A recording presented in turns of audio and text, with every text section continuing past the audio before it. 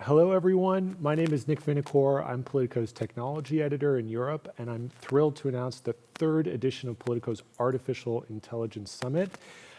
We're thrilled to have the opportunity to host this new edition of the summit, and hope you enjoy the conversations that are taking place today and tomorrow. Today, we're convening some of the top global thinkers and influencers to discuss the global state of play on AI. I'd particularly like to thank our speakers, especially since many have reconfirmed their participation since March, when we decided to postpone the summit because of the coronavirus crisis. And I'd also like to thank our global leading partner, Qualcomm, our presenting partners, Philips and Palantir, our supporting organizations, Orgalim, the OECD, the Future Society, France Digital, the German Research Center for AI, the Swedish AI Council for making this event possible. Before we get started, I want to mention a few housekeeping rules. You can ask questions only through the Politico Events app in the little box under the text or next to the live stream. And we want to make this as interactive as possible. Since most of you are sitting at home, you might as well participate and ask your questions. So please submit your questions throughout the event and tweet about the event at #PoliticoAI. And right now, I'd like to welcome Wasim Shorbaji, Qualcomm's Senior Vice President for Government Affairs, Europe, Middle East, and North Africa, for some introductory remarks. Welcome. Thank you, Nick. I'm very pleased to be opening this AI summit, and today more than ever. It's no exaggeration to say that the transformations coming with AI are revolutionary. You can see this in the broad spectrum of topics that we will be discussing today: ethics, data, global competition, skills, and the technology itself. And we'll hear from great experts and policymakers, starting with Executive Vice President Vestager. Very much welcoming you. To get this discussion going, I would like to offer some broad observations. I think we need an AI that's responsible. It means an AI that works for all, and it's fair for all. We need an AI that's secure. It means an AI which respects the privacy of users. I think we need an AI that's scalable, an AI that's suitable for SMEs as for the largest corporation. We need an AI that's personal, an AI which can be customized to a single user, but also to a single factory. We need an AI that's efficient. It means an AI that operates using minimal energy and minimal amounts of data. Essentially, we need an AI that gives control back to users, enterprises, and local ecosystems, to those who create the data in the first place. And here I speak not just as an industry observer. I speak as an engineer whose company knows that the key to human-centric use of AI is innovative technology, a technology that could help address these goals. So far, we have been talking about AI. When we have been talking about AI, we have been talking, in essence, about centralized intelligence. The vast majority of users' created data is sent to the cloud, a centralized location where AI is trained and decisions are made. But as the European Commission has rightly and recently pointed out, we're moving into a post-cloud era.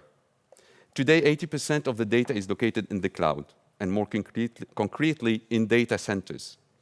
with 20% staying essentially in users' hands. In the coming years, this ratio will flip, with 80% of the data staying on the edge. And as we evolve further and further towards the Internet of Things, with billions of devices connected through 5G, cars, factory equipment, farm sensors, wearables, smartphones, the intelligence must become more distributed. And instead of sending the data to the AI in the cloud, we send the algorithm and the AI to the data, keeping it secure and private locally, where it's created under the control of the users. This is the evolution from centralized intelligence to edge intelligence. For example, edge intelligence will be essential to powering the factory of the future. Combined with 5G private network, it will help keep the data secure and private on site, and enabling automation and smart operations. Edge intelligence will also shape the future of transportation. Cars will become more intelligent, with AI-powered cockpits and greater levels of autonomy, security, and connectivity. AI training would also eventually become more distributed to the edge, with a model called federated learning. Today, training of AI model is done in the cloud. Distributed learning over 5G is a way to scale intelligence. Devices would collaboratively learn a shared prediction model while keeping the training data on devices under users' control. This new combination of edge intelligence and 5G connectivity will create significant opportunities for innovation, not just for one company or one country, but for all. A more intelligent edge makes for a more resilient economy. And this transformation would offer Europe new ways to leverage its traditional strengths: strong R&D centers, precise manufacturing, strong design talents, and robust privacy and security policies. With the right AI regulatory framework, we believe this in turn creates greater capacity for new innovation, from SMEs to individual innovators, with an idea that could spark not just the creation of a new company, but whole new industries. And that's what AI could mean for Europe. Thank you all for listening to me today, and I really look forward to the summit proceedings. Thank you very much, Wasim. And now I'd like to, thank you very much. And now I'd like to welcome Commission Executive Vice President Margrethe Vestager to the stage. Thank you. Before we start speaking, we have a poll out on the app that you can answer to, which is to this question: which of these policy options should the EU consider as a priority? So we'll get our marching orders from this poll, which you can answer throughout our session. Welcome. How are you today? Well, I'm good. I'm still suffering a bit from COVID fatigue. Okay. Not having had COVID, but just, really tired of it. But I think that I share that with everyone on this planet. Right. I thought you might be talking about the debate last night. That was No. Okay. No, I'm just for end results. I sort of skip the in-betweens. Skip the in-between stuff. Absolutely. I want to jump right in and start talking about Europe's plan for AI. Mm-hmm. And we've heard yourself, some of your colleagues talking about how Europe is going to harness industrial data to build a new form of AI based on B2B applications. I was hoping you could explain that a little bit to us, how that might work and how we might get the businesses to start sharing their data and buy into this system. Well, first and foremost, it all depends on the business community, because this is where you find a very strong industrial culture. This is where you find sort of the eye for the business opportunities. And this is where you find sort of also the engineering cultures who say this is where we want to go.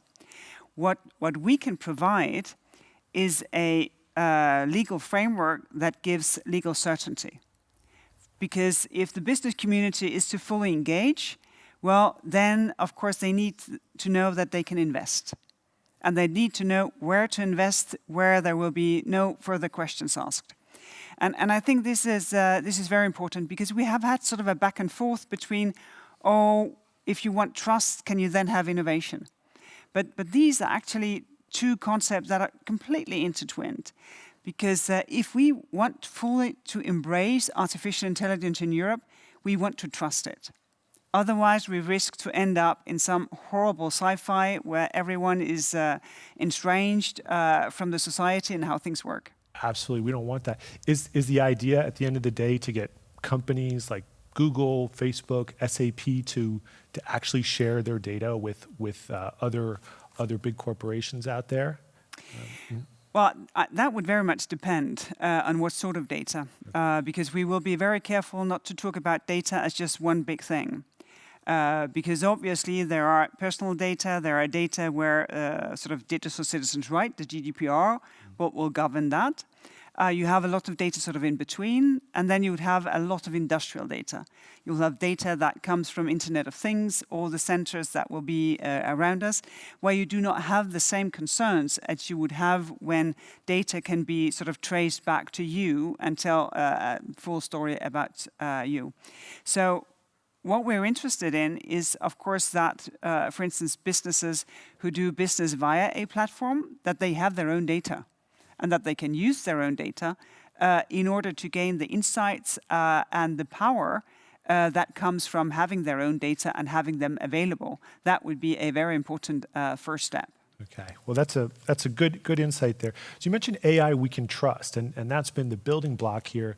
And one of the measures that's gotten a whole lot of attention was a proposal at some point for a ban on facial recognition or on some types of facial recognition. We've read a lot about this. Facial recognition is used in your home country, I believe, at a major soccer stadium there. It's been used in the UK. I wanted to ask, is this ban on facial recognition off the table? And what's your personal view? Do you think that we should restrict some forms of it? Well, we have taken no final decisions yet. I myself find that facial recognition is convenient, sort of in a one-to-one. Obviously, live, even better. But when you unlock a device, if you pass a border, where it's about you and an interface that is very specific. The reservations comes when it's for surveillance purposes. And here already now, there's a full sort of body of legislation that will kick in before you can use it for surveillance purposes already now. It will have to be proportionate, duly justified, based on legislation. It's not something that you can just do by sort of the idea of the day. It will have to comply with the Charter of Fundamental Rights. So a number of things will have to be in place, and it's quite rare that it's used right now. But what we will do is, of course, we will see, well, how can we best make sure that citizens all over Europe have, the certainty that their fundamental rights, they are secured. And the second thing is that we are updating sort of the framework for export control, because facial recognition will very often have, or there is a potential for dual use. I think there's been some criticism exactly of that. European products being sold to countries where you don't know what is the use, or you know that the use is not something that you approve of. And that update is very well advanced, and I think that is completely justified because we need to make sure that our restrictions when it comes to products of dual use, that they are in place. So that's a really interesting point. I want to. So there are use cases of facial recognition or other surveillance technology that we're not okay with. Essentially, we have reservations about. If I understand. And you had an exchange with a Chinese representative recently, where, if I understand, you were able to put some of those reservations across quite clearly. What are Europe's limits in terms of the way AI and facial recognition is used? Where do we want to say we don't agree with those practices, and what can we do? You mentioned export limits. Is that something that we might put in place to limit the exportation of surveillance technology to some countries? Well, yes, that is the idea when we update our framework to enable export control when you have technology that actually do have dual use. Because we see the reporting, we hear people complaining that what was meant for one purpose is being used for a different purpose. And I think it's very important if we want to say, well, we stand by our values here, we want to legislate so you can trust technology, then we should also do the same thing when it comes to exporting them. Right. And you might have come across a report that came out recently from Human Rights Watch, which said, actually, there are a few European companies that are exporting technology knowingly or unknowingly to countries like China, where they're used for surveillance practices. So just to sort of reiterate, is that something that you think we should create a framework for to limit the export of certain? Well, I will not. I have no specific stanza on the specific reporting on what specific companies have done. The point is to say we need a framework so that we can handle this sort of case by case. I think the development of technology is way too dynamic to make a short list to say this is banned for export, because there may be completely legitimate uses where we'd be more than happy and we would be proud that someone would want to buy European technology. But the important thing is, of course, to be able to say, no, this we don't want. Because we see clearly that there's a very high risk that it will not be used for the original purpose, and it will definitely be used in a way that we would never accept here at home. So the important thing is to have the framework, not to shame or blame certain businesses or certain types of technologies. That can be very, very useful in other circumstances. So what we don't want, I mean, some of these things have been spelled out, right, in the G20 principles on AI. Maybe we can talk about what that framework is, that there is a prohibition on, that it has to be respect democratic values, it has to respect human rights. I mean, do you think that the way AI is being used in the world right now is fully respectful of those G20 principles? Are all the signatories really? Well, I think it's very difficult to answer in general. For instance, I visited actually a Danish hospital. They were very enthusiastic because they were using AI to help them sort of read test results from citizens, patients who might have cancer. You have a blood test, you have 23 different tests. These 23 different tests, they have to be sort of in different brackets in order for you to not to worry anymore. But there can be, I don't know how many different combinations of these brackets in the 23 different tests. So they had fed an algorithm, thousands and thousands of test results so that they could give, a really qualified estimate and provide that to the doctor who were interacting with the patient. And they think that in a very short time, they can do that within the hour from the blood test is taken.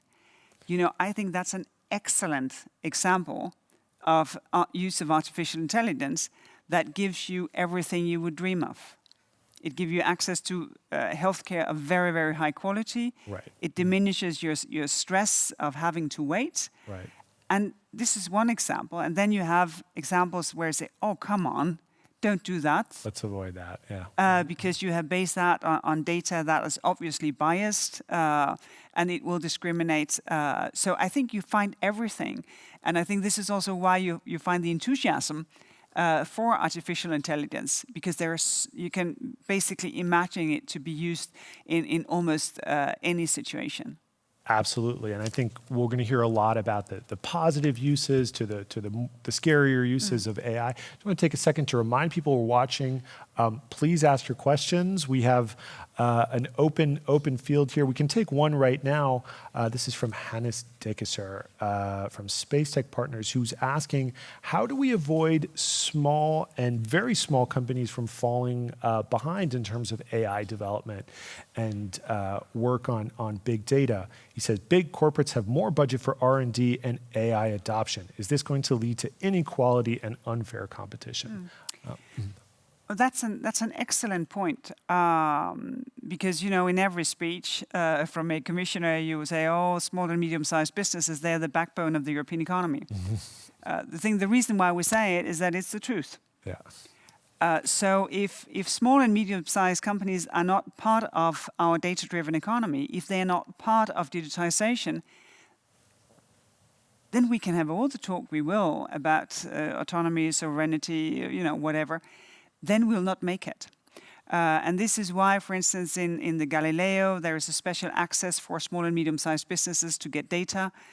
This is why in the considerations we have now on data governance, how to enable small and medium-sized businesses to have an easy access to data to live up to all of this. That the digital hubs in member states are there to enable digitization. In the European research area that we're just presenting later today, part of that would be to say, how can we get research closer to be marketable, and how can we make sure that also small and medium-sized businesses, that they are part of this. And I think it's very important that one also says, well, of course, a small and medium-sized business could be a very innovative business part of this. Right. And since the floor is open, I'm going to take another one right here who follows up on our chat about facial recognition and asks, how are we going to deal with the issue of racial bias in these technologies? We've seen studies that show horrifying error rates when it comes to identifying people with different appearances. And so she asks, how are we going to deal with the racial imbalance inherent in some of these products, and especially when with regard to border control and immigration use. What is the thought about that? Well, it's a very the scope of this problem is very wide. I'm afraid that you might also find it in health technology. That health technology may also be developed on data that is just based on maybe one gender, maybe one race. It's a gender issue as well. So there's a gender issue as well. And this is one of the reasons why we are sort of considering how to make sure that the data is robust and solid and actually reflects the real world and not the biases of our world, and how to make it sort of part of the declaration of artificial intelligence, what kind of data that it has been trained with. So like you have some food, you'll say, oh, this consists of this and this and this. Sometimes you'll actually have a picture of the people who have raised the hen, the chicken, whatever. That's right. That you need to be able to declare things, to say, well, these are the data that raised this artificial intelligence, so that you can actually have an informed opinion. Is this something that I trust? Right. Well, that's interesting. Kind of to character a labeling for what goes in, the ingredients, giving you more transparency about the data that goes in. And that being said, of course, we're aware that not all artificial intelligence, not all algorithms are they don't grow up necessarily sort of in a data kindergarten. They come fully fledged, and then they learn on the go. Right. Yeah. So that it is basically fresh data that comes in, and the algorithm learns from that. So it is a quite tricky thing, and this is why it goes so much deeper than just a question of technology, because it's a reflection of our society. Right. Because this gives us a real chance to change our prejudice and what we accept when it comes to access to all different kinds of services, health, education. And I think we should really take this chance to say, well, this is the time to make sure that no matter your gender, no matter your race, you're actually welcome and seen as an individual. That the data is representative, and it's also about the researchers, as we've heard, that they're not only people who look like me, for example, but who look like all. Are those considerations you just mentioned? We know you're working hard on AI rules that we're expecting, I believe, for the end of this year, maybe early next year. Those considerations about building representativity into the data, is that something that we might see considered addressed in these European AI rules? Well, this is one of the work strands that we have right now, how to make sure that data is representative. But a second aspect to that is, of course, also who develops technology. And we want to make a push for a more diverse community to be tech developers. To scare people, I used to say, just imagine if it was me and my generation of women who would develop next generation of technology. Not so much World of Warcraft, I can assure you. Maybe more apps to keep you on target with your yoga or your work-life balance.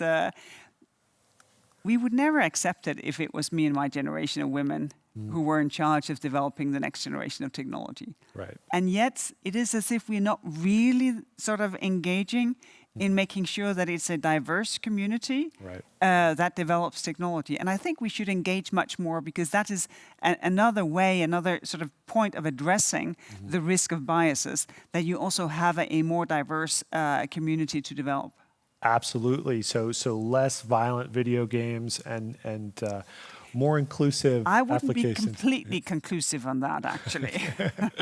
We may still have one. I'm going to get you back a little bit onto the sort of geopolitical landscape. One of the things that's happened recently is that the United States joined the Global Partnership on AI. And I'm wondering, you've been in the Commission for a little while now. You've seen this relationship with the U.S. evolve. I'm just curious, do you think that the EU and the United States can come together about what sort of values we want to protect on AI? And yeah, I'll just start with that, yeah. Well, that is definitely possible. One of the things that that goes very deep is indeed the values. The friendship across the Atlantic is not only a political one or a NATO alliance-based one.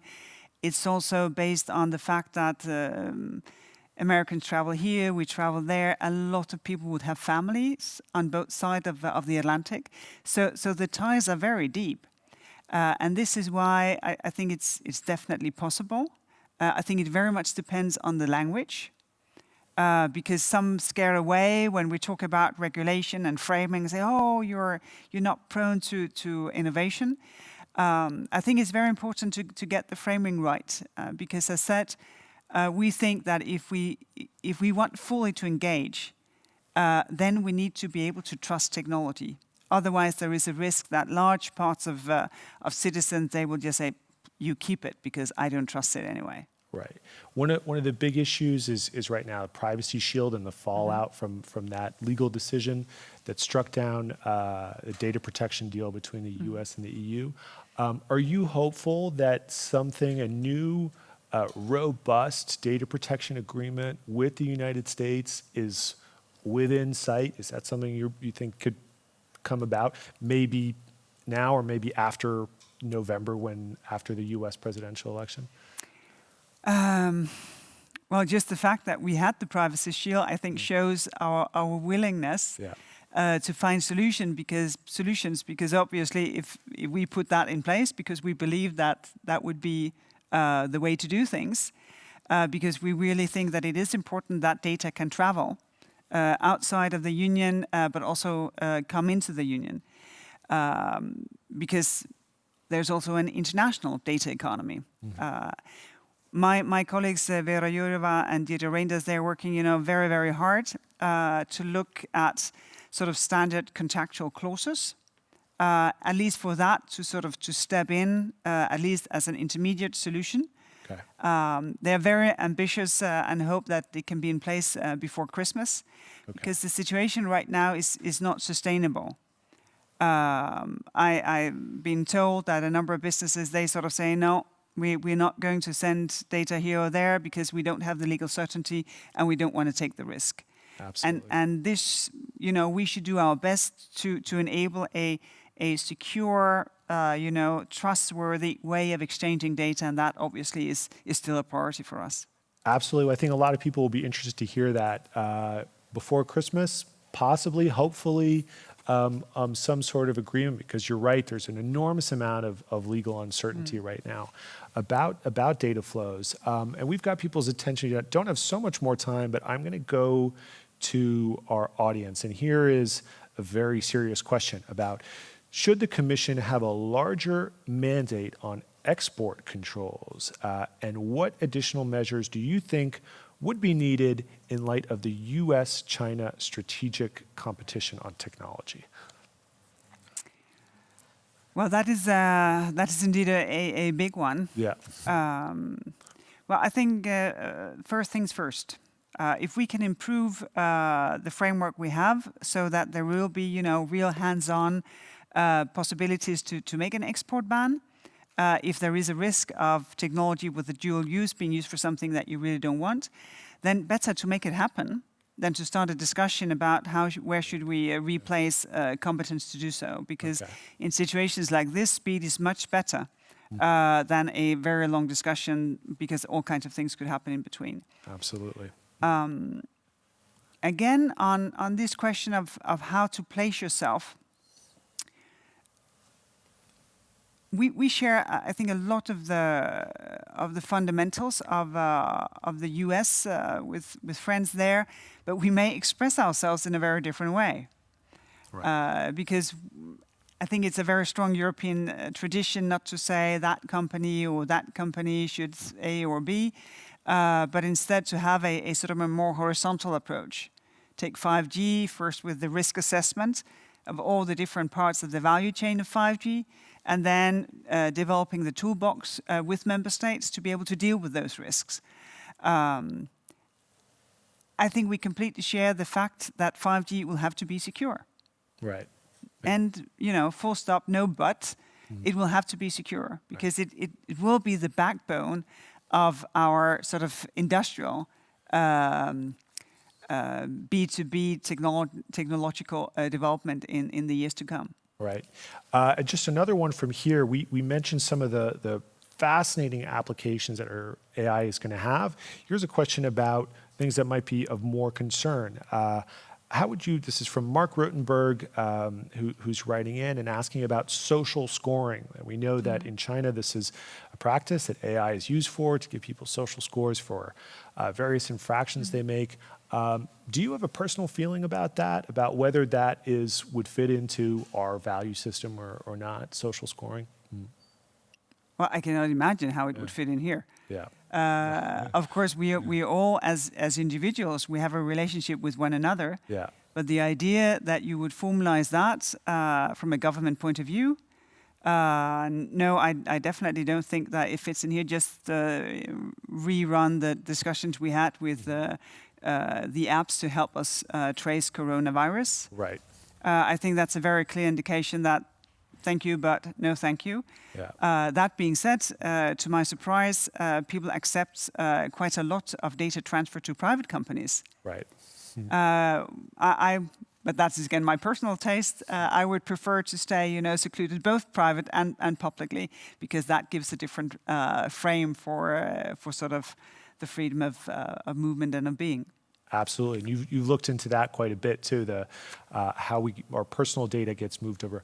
I want to extend a very warm thanks. Thank you for coming over here. In these COVID times, we're all tired of it, but it's great to see you in person and have this conversation. Thanks very much. And I would just take a picture, because I want to share with viewers what I see here. Yeah. Because you believe it or not, this is so much better than a screen. You look amazing. You all really look amazing.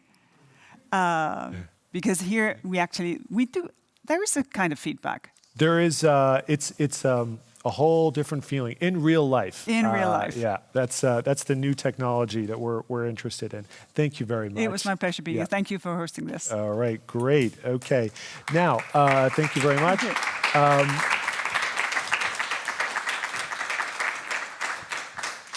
Thanks for listening. That was a great discussion. I want to invite everybody to stay connected.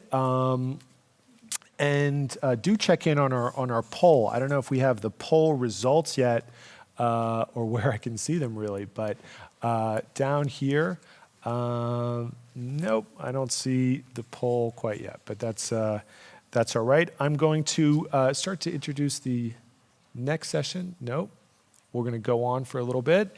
And I'm going to look, in 5 minutes, we'll be starting our next session, which is what's happening across the globe in terms of AI.